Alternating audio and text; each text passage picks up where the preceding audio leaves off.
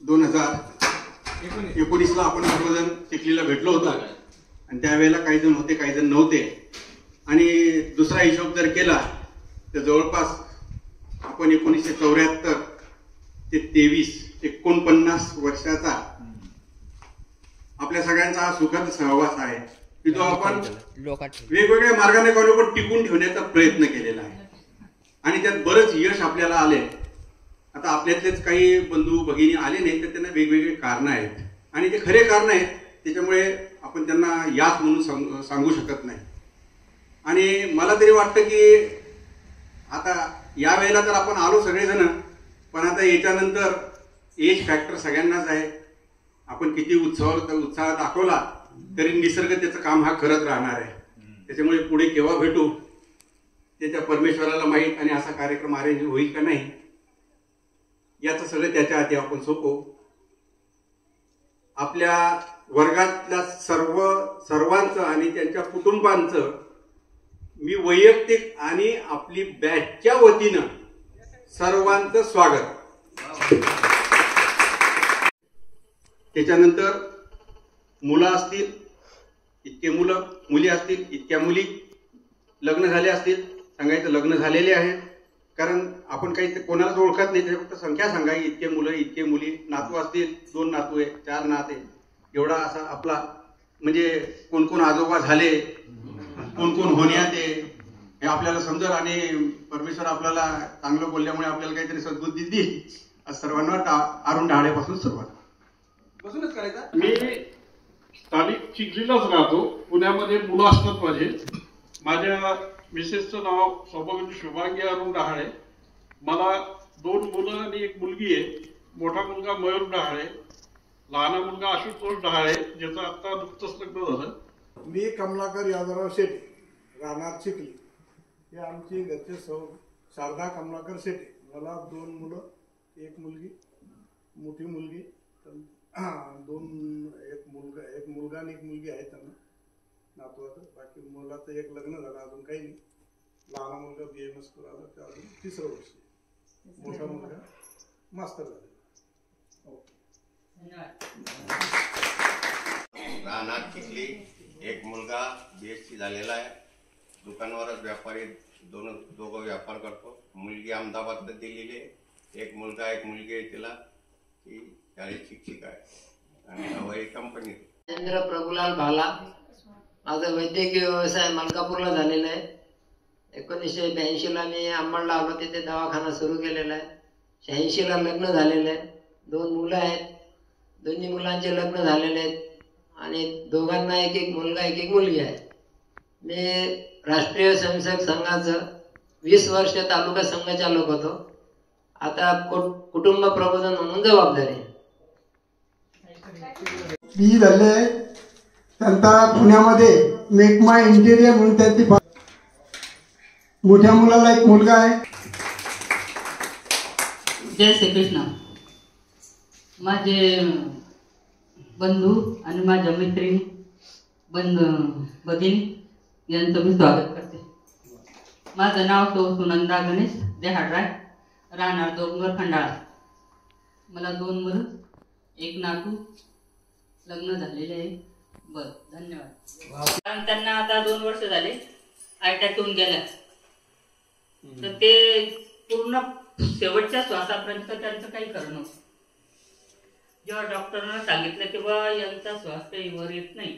त्या दिवशी एकादशी होती, खूप पाऊस चालू होता. 2 वाजता मला फोन आला त्यांचा की मी झाडाखाली पडलेलो आहे. आणि त्या दिवशी मी असं डाळ गाळत असताना मोबाईल ऐकत होती. तेव्हा चार्जिंग कंपनी मी सहज 2 मिनिटं म्हणून लावला मोबाईल.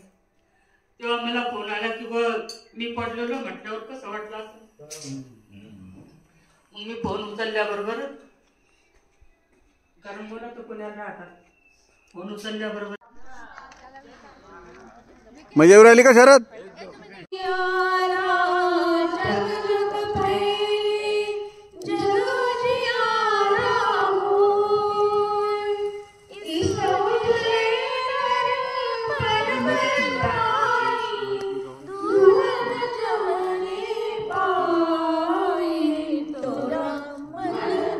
बने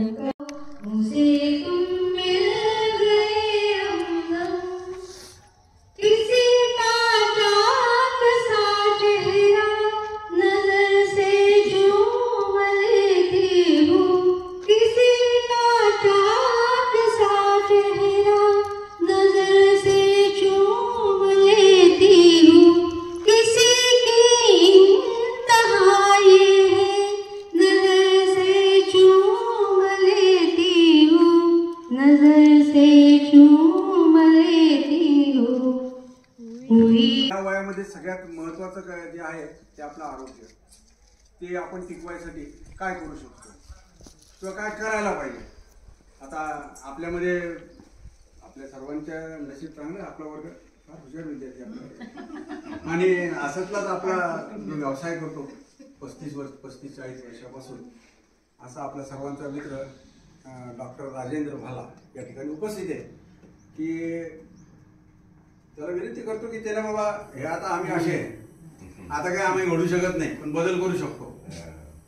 तर याच्या दृष्टीनं आपलं पुढचं सुखावं व्हायसाठी किंवा काही टिप्स, मेडिकल टिप्स हे त्यांनी द्या अशी मी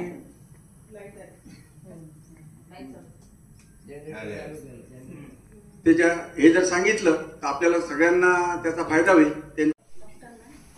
आपलं सर्वांचं आरोग्य चांगलं आणि व्यवस्थित आणि शेवटपर्यंत कसं राहील याकडे आता आपलं लक्ष असलं पाहिजे. पहिली गोष्ट म्हणजे आता आपले सगळे 60च्या वर झालेले वय झालेले, काहींना एन्जिओप्लास्टी झाली, काहींचा बायपास झाला, काहींना शुगर आहे, काहींना बीपी आहे. याच्यात काही ना काही आरोग्य म्हणजे व्यायामामध्ये भरपूर असे हे आहेत की आपण ते विना औषधीचे सुद्धा नीट करू शकतो. जसे की रामदेव बाबांनी सांगितलेलं आहे की तुम्हाला शुगर असेल तर मंडूकासन करा. रोज 2 वेळेस मंडूकासन केलं तर शुगर हळूहळू लेवलला येते, गोळ्या हळूहळू कमी होऊन जातात. त्यांना सायनसायटिसचा त्रास असतो, नेहमी ॲलर्जीचा, सर्दीचा. अनुलोम विलोम केलं 2 मिनिटच करायचं, जास्त नाही. 2 मिनिटं सकाळी, 2 मिनिटं संध्याकाळी. इतकं फायदा होतो. पोटाचे आजार असतात, कपालभाती केली तर कमीत कमी गॅसेस होत नाही.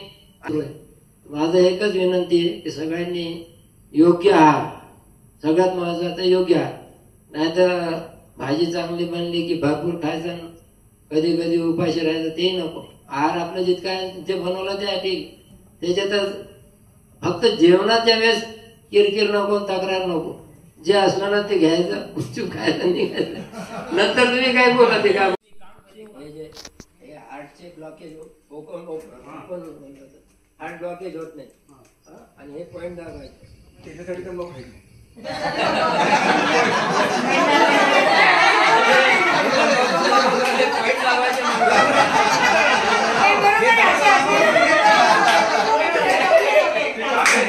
माँ भारतीस विनम्र अभिवादन, माँ सरस्वतीस विनम्र अभिवादन. खरोखरच काल या परिसरात पाऊल ठेवल्यापासून तर या क्षणापर्यंत नव्हे, परतीचा प्रवास सुरू होईपर्यंत खरोखर अतिशय सस्मरणीय, शुभमंगल आणि जीवनामध्ये याची कल्पना केलेली नव्हती. अनेकांना हेवा वाटावा अशा प्रकारचं आपलं हे कौटुंबिक 50 वर्षानंतरचं कौटुंबिक स्नेह संमेलन खरोखरच अविस्मरणीय असंच आहे. मला असं वाटतं या ठिकाणी की आपलं जे कालपासून जे सुरू आहे एक अनौपचारिक कौटुंबिक संमेलन, हे कौटुंबिक संमेलन आपल्याला पुढच्या आयुष्यात इथे सहज मी या कॅन्टीन मध्ये नाश्ता करता करता इथली जे आहेत आपले टीम त्याची कॅन्टीनची, तेव्हा आम्हाला आश्चर्य वाटतं बरोबर की तुम्हाला 50 वर्षानंतर याही वयामध्ये तुमचा उत्साहच कस काय. आम्ही तर दिवसभर काम करून थकलो एकदा की आम्हाला काही करा वाटत नाही. कोणतरी पुढाकार घ्यायचा असतो. या ठिकाणी आपले सर्वांचेच मित्र असणारे अरुण अंबादास भालेराव यांनी पुढाकार घेऊन आणि आपल्या सगळ्यांचं सहकार्य घेऊन, आपल्या कुटुंबातील मंडळींचं सहकार्य घेऊन हा अतिशय उत्तम असा नियोजनबद्ध परिश्रमपूर्वक हा कार्यक्रम घडवून आणला. म्हणून मी त्या सगळ्यांच्या वतीने मी मनपूर्वक त्याचं पहिल्यांदा अभिनंदन. अंदमानचा किनारा दिसला, किनाऱ्याकडे बोट दिसायला लागली आणि ते लांबच्या लांब हिरवेगार पाचूचे बेट, कोलकात्यापासून 1450 किलोमीटरवर खोल समुद्रामध्ये भारताची शेवटची भूमी. आणि त्या भूमीकडे पाहून म्हणजे एका 50 वर्ष शिक्षा झालेल्या एका कैद्याला काय विचार यायला पाहिजे की मी याच्यातून सुटेल कसा, मी येईल कसा. पण निगेटिव्ह विचार करणारे तात्याराव नव्हते, मुळीच नाही. तर त्यांच्या एकदम मनात आलं, जेव्हा त्यांना बाहेर आणलं तिथून आणि पाहिले समोर, त्यावेळेला त्यांचे जो विचार आहे त्यांच्या चरित्रात लिहिलेले आहे की त्यांनी सांगितलं हीच माझ्या भारताच्या भूमीची, माझ्या भारत सरकारची, स्वतंत्र भारताची नौदलाचं प्रमुख केंद्र व्हायला पाहिजे. पण जवळपास स्वातंत्र्य प्राप्तीनंतर सुद्धा हे अंमलात आलं नाही. हे आपलं दुर्भाग्य आलं नाही.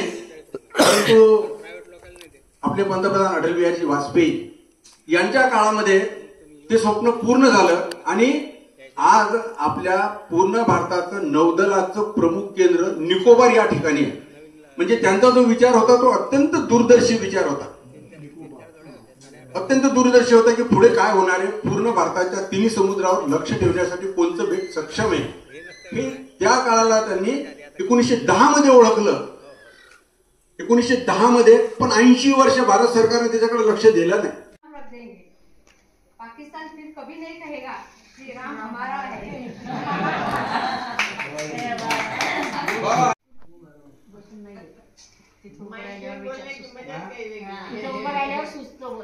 सुस्त नाही. त्यांनी एक वाक्य सांगितलं की धर्माची बहीण मानणं सोपं आहे पण त्याच्याबद्दलचे कर्तव्य करणं कठीण आहे. याच्यावरती सांगते मी त्याची धर्माची बहीण म्हणण्यापेक्षा मी खरं सख्खी बहीण आहे. म्हणजे आजकालच्या जमान्यामध्ये सख्खे भाऊ सुद्धा बहिणीकडे लक्ष देतील की नाही देतील हे सांगता नाही येत. पण मला माझी इतकी काळजी घेतात दोघं नवरा बायको की ते सांगू पण नाही शकत मी. एक प्रसंग आणि त्याच्यापासून त्यांनी जास्तच बहिणीचं नातं जोपासलं माझ्याबद्दल.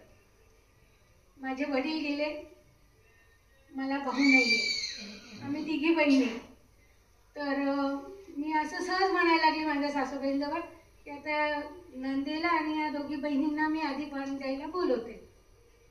तर सासूबाईंना जरा वाईट वाटलं की माझ्या मोठ्या लेकाचंच कोणी करणार नाही या अधिकाचं. हा बसलेलाच होता. मी नाहीये का म्हणे. मी कुठे गेलो, मी त्याचं पूर्ण अधिकाचं मान मी देत जाईल. हे आणि हा खूप मित्र होते. माझ्या नवऱ्यापेक्षा ते जास्त दोघं मित्र म्हणूनच खूप एकत्र राहिलेले. आणि त्या अधिक मासापासून तर आजपर्यंतच्या अधिक मासापर्यंत म्हणजे माझे मिस्टर गेल्यानंतर सुद्धा ते मला अजूनही अधिकाचं वाण देतात. वाण देणं हे खूप महत्त्वाचं नाही. म्हणजे काय देतात, किती देतात, लाखोने देतात का हजारोने देतात हे नसतं.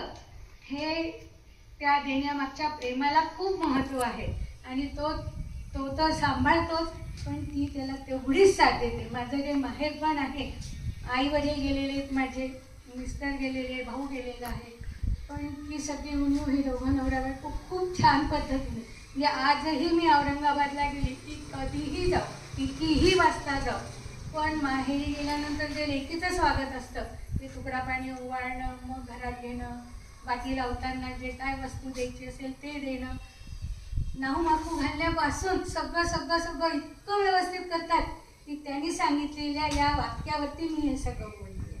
बाकी काही नाही. ठीक आहे.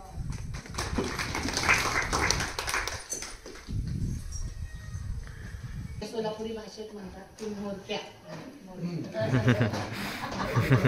सोलापुरी भाषेत पण तो जो आनंदाने मान सन्मान अपमान किंवा काही कुणाचे मांडणं काय जे बोलतील ते असं सहन करत करत तो ते कार्यक्रम घडवून आणतोच. एखाद्या लग्नकार्यात जसं त्याला सगळी जबाबदारी पार पाडावी लागते तसं काही असो, मागचा काही बोलव, पुढचा काही बोलव, घरातले काही बोलव, तसं अरुणने हे सगळ्यांचं सगळं जुळवाजुळव करत इथपर्यंत सगळ्यांना आणलं. आणि आले सगळे एवढे, म्हणजे मी म्हणते पळू पळू आले सगळे. काय आले तर काहीतरी ओढ जीवाची अंतरीची, ही जी तार जोडलेली असते आपली मायेची, बहीण भावांची. एका वर्गात राहिलो, बहीण भावाप्रमाणे राहिलो. जसं विजू आहेच आहे, अजूनही घरातलं पद मोठं आहे, त्याच्या बायकोसमोर त्याचं पद मोठं आहे. मग आपणही थोडंसं सुरुवात करताना सावजावच बोलायची, सांभाळून बोलायचं. जर म्हणायचं नंतर म्हणायचं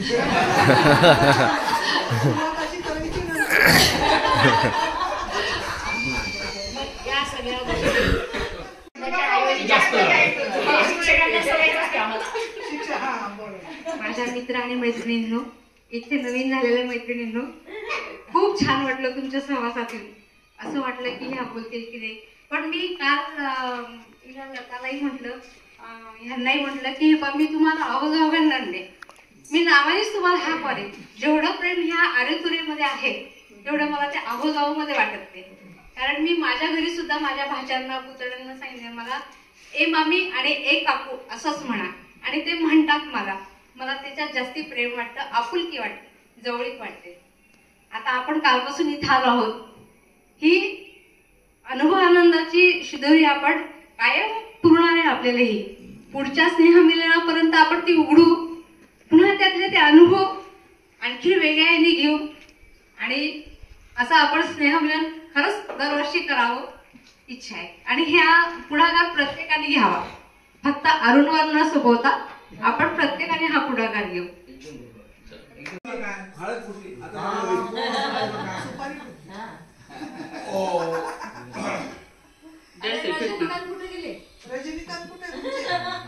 माझ्या मैत्रिणी आणि माझे बंधू नमस्कार करते. बरं, मी तुम्हाला सांगते की भालेराव साहेब यांचा जो निर्णय आपण सहकार्याचा घेतला त्यांच्याकडून, त्याच्याबद्दल खूप वाखाणण्यासारखं आहे. कारण हे कार्य करताना खूप मेहनत घ्यावी लागते. प्रत्येकाचे विचार, प्रत्येकाचा पैसा, प्रत्येकाचा वेळ. कारण याच्यातून मी जे आजपर्यंत आलेली इथपर्यंत, मला बी या गोष्टीची खूप आवड. कशी? कारण काय, एकाकडून जर सगळ्यांना त्यांचा सहकार्य मिळत असेल, सगळ्यांना प्रेम मिळत असेल, सगळ्याला आनंद मिळत असेल, तर ही गोष्ट करणं म्हणजे काही सोपी गोष्ट नाही. तर मला असं वाटतं हे सहकार्य खूप मोलाचं आहे.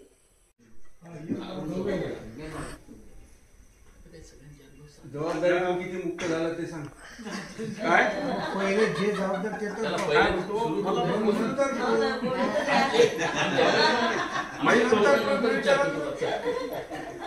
माझ्या लहानपणापासूनच्या वर्ग मित्रांनो, तसेच मैत्रिणींनो, तसेच एक सोडून बाकी सगळ्यांना माझं विनम्र मी नमस्कार करतो, स्वागत करतो सगळ्यांचं. आणि एक सांगतो, अरे विनम्र अभिवादन करतो.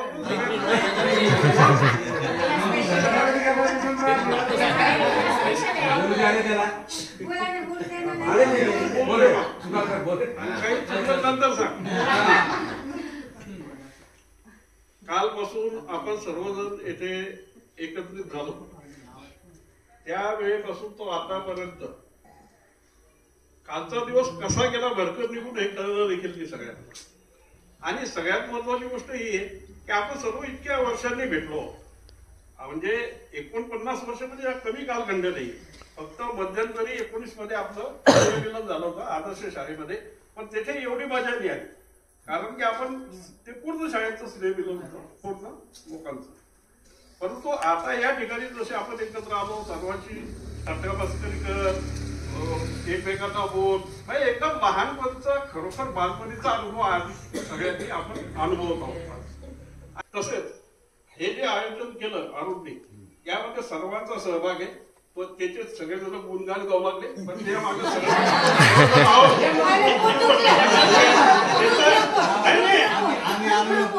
नाही सगळ्यांचं योगदान आहे त्यामध्ये. हे माझं हे सगळ्यांचं आहे. तो फक्त आपला विरोधी पक्ष नेता पाहिजेत ना.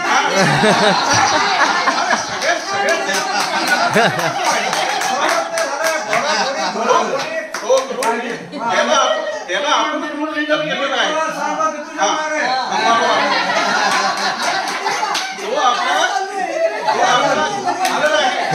केलं सगळं आले नसते काय काय केलं असतं तू? आम्ही सर्व आलो म्हणून नाही, सर्व घडून आलो.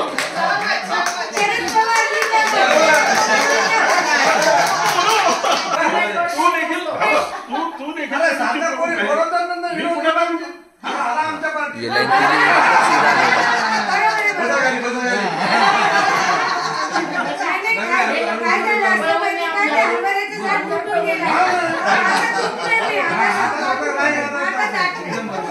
असं नाहीये.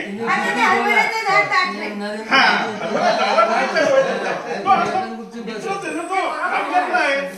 त्याला आपण ग्रुप लिडर केलं ना, पण तो समोर आहे. एवढंच आहे. तो एकट्यानेच घेतले अशातला काही भाग नाही. सर्वजण आपण त्या सामील आहोत. सगळ्यांनी त्यांच्या पार्टीचे त्यांनी केलंच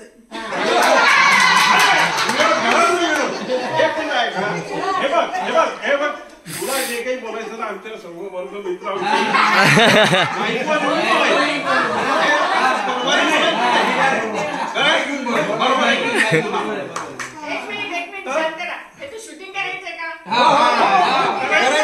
चालू आहे सर.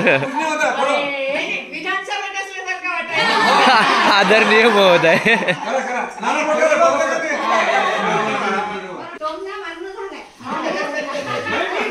एक सूचना फक्त आहे की खरंच पुढचं स्नेह मिळेल पूर्ण अरुण डाळे यांनी करावं अशी माझी नम्र विनंती आहे.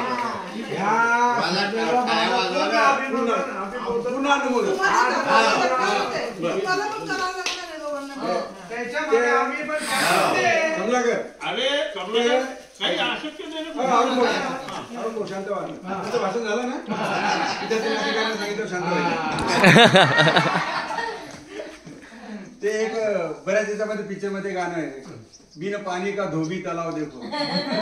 नाव आहे बांद्रा पण तिथे बंदरच नाहीये. मुंबईचं गाणं धोबी तलाव आहे पण धोबीच नाहीये. नाव सुरूबाई हातात कर्लाचा वाळा, नाव लक्ष्मीपती आणि भीक मागतो. असं सगळं हे वातावरण की आपण जे पाहतो की सगळं मोठं मोठं मोठं मोठं मोठं सगळं आहे. तसंच आहे. अरे बाबा इथे सगळे अरेंजमेंट केले, भजे केले, वडे केले, आणून ठेवलं, पाव आणून ठेवले, रोटे आणून ठेवले, सगळ्यांनी कारण सांगितलं 5च जण आले तर काय होईल. तो फॉलो तो चालू होता की बाबा हो 15च पाहिजे, त्याच्यापेक्षा कमी करणार नाही आणि वेळेवर 3-4 करणार, मग आपलं फजिती होणार. त्याच्यासाठी त्यांनी सांगितलं ते बरोबर आहे. तर 100% सत्यता आहे की तुम्हीच नाही आले तर कार्यक्रम कसा होईल. 15च्या खाली 14 झाले असते तरी येणार नाही, ते बाकी पक्क होतं. पण 15च्या 15च्या ऐवजी 17 झाले, मग ते काही कारणाने कळले. पण ते म्हणजे देवाला देवत्व भक्तामुळे, भक्त देवा देणे कार्यक्रमाला महत्व येणाऱ्यांमुळे असतं. आता अरुणच्या लग्नात पाहिलं, हे गेलं, आम्ही गेलो, वराड गेलो, तिथे म्हणजे नवरीकडचे 2च माणसं उभे, तुम्ही करणार काय. तर जे येतात त्यांच्यामुळे कार्यक्रमाची शोभा वाढत असते. दागिना हा सोनं असतं, तर गळ्याचे तोपर्यंत मंगळसूत्र आहे. पण सोनाराच्या दुकानात नेलं की त्याचा तोल मंगळसूत्र म्हणून होत नाही, त्याच्यामध्ये 91% प्युअरिटी आहे, बाकी ते गाळून त्याचं सोन्याचं रूपांतर होतं. त्याला मोड म्हणतात. तर हा हे तुम्ही आले म्हणून हे सोनं घडलं. 100 आम्ही आलो 100 कॅरेटचं माल.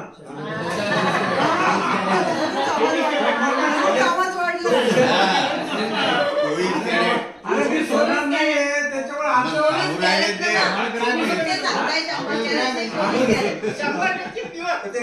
सगळ्यांच्या सहकार्याने झालेले.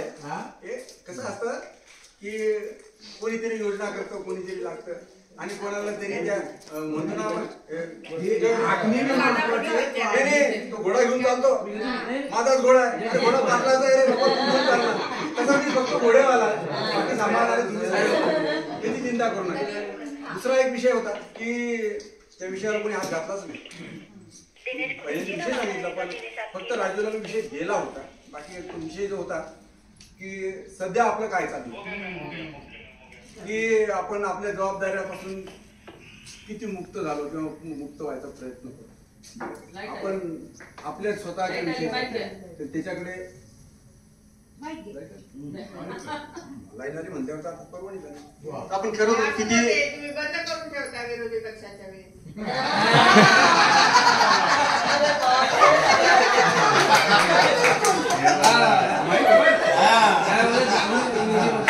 पुढच्या वेळेला याच्याकडे लक्ष दिलं नाही. आपण मिळालेली नंतरच्या सत्रात गेले. तर खरोखर म्हणजे आज आपण जे पाहतो सगळ्यांना मुलं बाळ मोठे झाले, सगळे झाले, पण ज्याला म्हणलं जातं जनरेशन गॅप. ती जनरेशन गॅप कोणची आहे? एक तर ती विचारांची आहे आणि दुसरी पैशाची. ही खरोखर जनरेशन गॅप आहे की जेव्हा पण याच्यातले जे नोकरी करत होते किंवा जे धंदा करत होते सगळे होते या सगळे त्यांच्या वडिलांकडून घेऊन पैसे घेऊन शिकत होत्या, शाळेला येणं जाणं करत होत्या. त्या काळामध्ये माझ्या काळात मला अनुभव आहे. काल मी सांगितलं काकाजीकडे जाऊन 10 रुपये घ्यायचा बाजार करायचा. तर आपण जेव्हा नोकरी करत होतो तेव्हा आपल्याला 250 रुपये 300 रुपये पगारापासून नोकरी चालू केली. जे काय आहे आमच्या सारख्याला लक्ष्मीचा वरद हस्त लाभला आणि आमचं धकलं चाललंय पुढे. पण खरोखर तो काळ आणि हा काळ त्याची विचारांची जी गॅप आहे ती केलं म्हणून आज आपण जर बोललो तर ती जमत नाही भाऊ. बाबा बाबा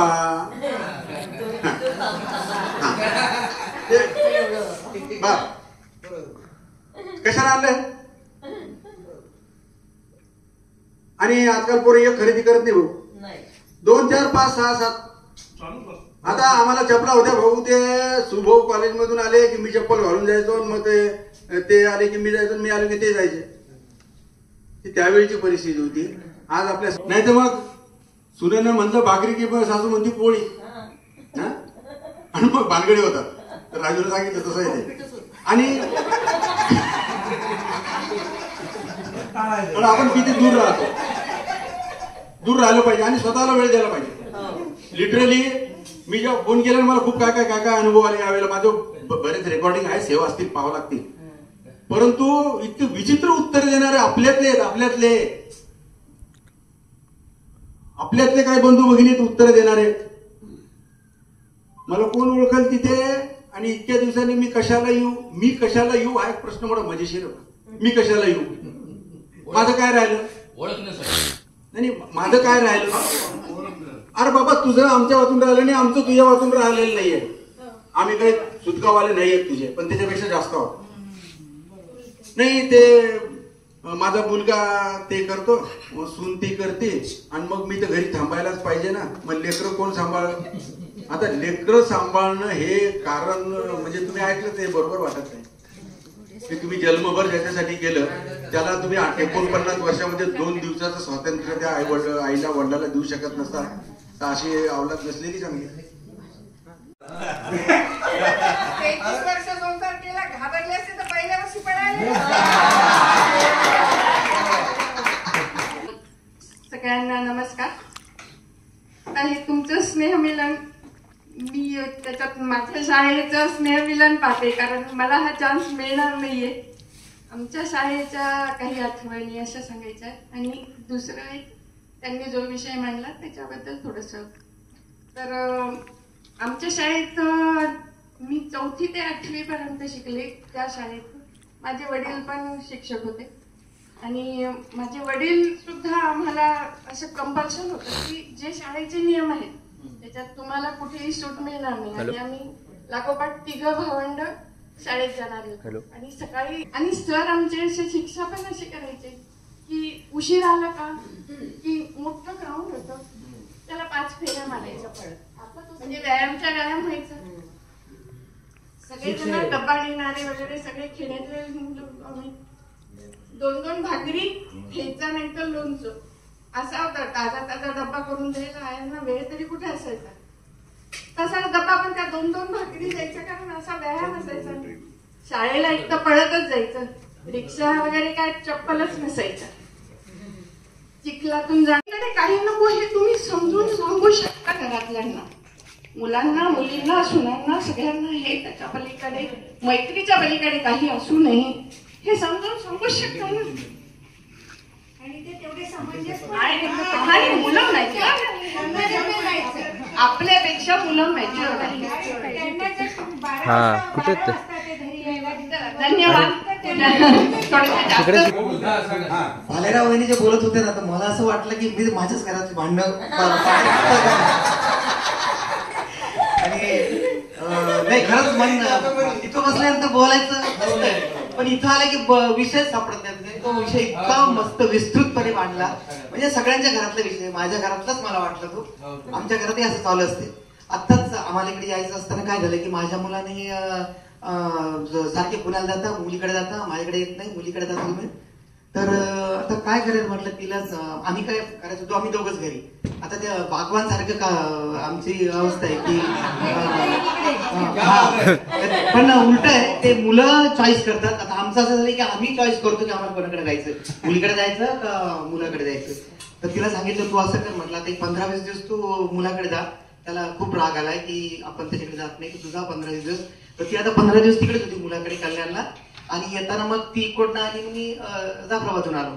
मग आम्ही पुण्यात दोघांना भेटलो. तर अशी प्रत्येकाच्या घरातली अवस्था असणार. आणि सुनबाई बद्दलचे मस्त छान सांगितलं त्यांनी की मी पण सांगायचं तुला की बाबा तू जास्त लक्ष घालायचं नाही त्यांच्या म्हणजे सुनीच्या याच्यात जास्त इंटरफेअर करायचं नाही. ते आता कारण त्यांची चॉईस आहे, दोघांनी चॉईस करून लग्न केले, दोघांनी म्हणजे प्रेम विवाह झाला त्यांचा, एकाच याच्यामध्ये होते ते.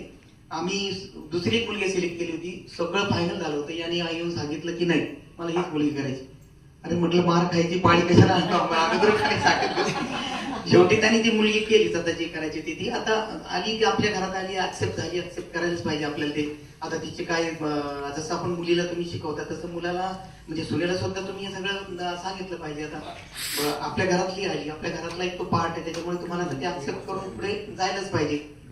तर हे दोघं पण कसे काय विषय सुचतात माहित नाही. आता भालेरावला पण आहे की नाही, तर काय तो म्हणजे तुमच्या जबाबदारीतून किती मुक्त झाला हा विषय त्याला कसं सुचतंय काय माहिती बाबा. म्हणजे सरसेनापती जो म्हणतात ना, एखाद्या जर युद्ध जिंकायचं असेल तर सरसेनापती हा खूप असं नॉलेजेबल टॅलेंटेड पाहिजे, नॉलेजेबल पाहिजे, तर ते लढाई जिंकता येते. तर त्याच्याकडे ते आहे सगळं. त्याच्यामुळे ते तारीफ हे काबिलच आहे, तो तारीफ हे करणं गरजेचंच आहे, त्याचा प्रश्न येत नाही. पण त्याला अध्यात्म झाला, मी कालपासून ऐकतोय अध्यात्म, पण त्याला जबरदस्त त्याचा अभ्यास आहे अध्यात्मावर. कशातच काय अभ्यास नाही, कधी वाचलं नाही, काही नाही. तर हा हे जे स्नेह संमेलन आपण दुसरं स्नेह संमेलन झालं खरं तर हे पहिलंच असं वाटतंय मला. कारण दुसरं पहिलं ते हे पहिलंच ते शाळेतर्फे होतं आणि त्यात आईकडे ओळख नाही पाळत. आता जितके जवळ आपण तितके म्हणजे इंडिव्हिज्युअल विषय, घरातले विषय किंवा एकमेकांच्या बायकांना आपल्याबद्दल काय वाटते, आपण त्यांना आपल्याबद्दल काय वाटते वगैरे हे सगळं मिक्स होते, हे झालं पाहिजे. कारण आता इथून पुढे आपल्यालाच आयुष्य जगायचंय. मुलं किंवा सुना किंवा यांच्या भरोश्यावर मला नाही वाटत की जगत जननी भवतारिणी मोहिनी तू नवदुर्गा. जगत जननी भवतारिणी मोहिनी तू नवदुर्गा. तू भवानी महाकाली, तू भवानी महाकाली, तू शिवानी मंगला. जगत जननी भवतारिणी मोहिनी तू नवदुर्गा. जगत जननी भवतारिणी